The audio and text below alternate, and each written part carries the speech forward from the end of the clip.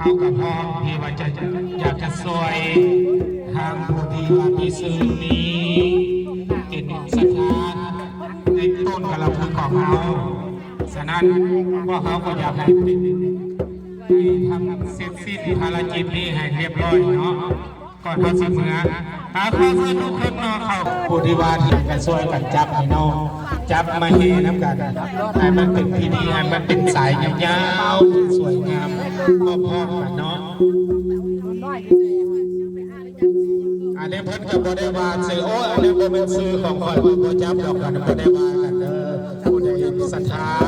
อยากช่วยกันเพิ่นเจ้าของเพิ่นอาจจะมาแล้วพวกเขายังมีไม่แห้งผู้นึงจับ2 ต้นก็ได้แต่จับ3ก็สิบ่ได้ที่เงินนักเงินที่นี่จับ2 ต้นที่2เนี่ยจับ2 ต้น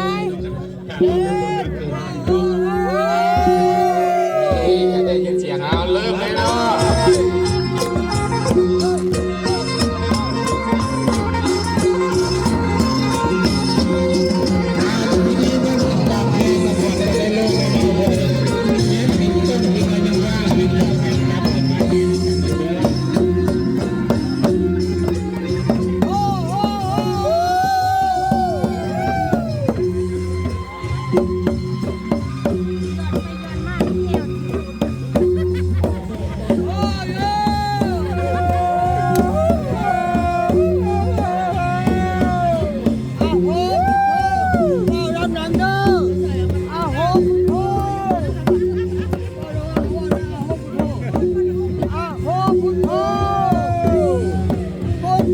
พระเจ้า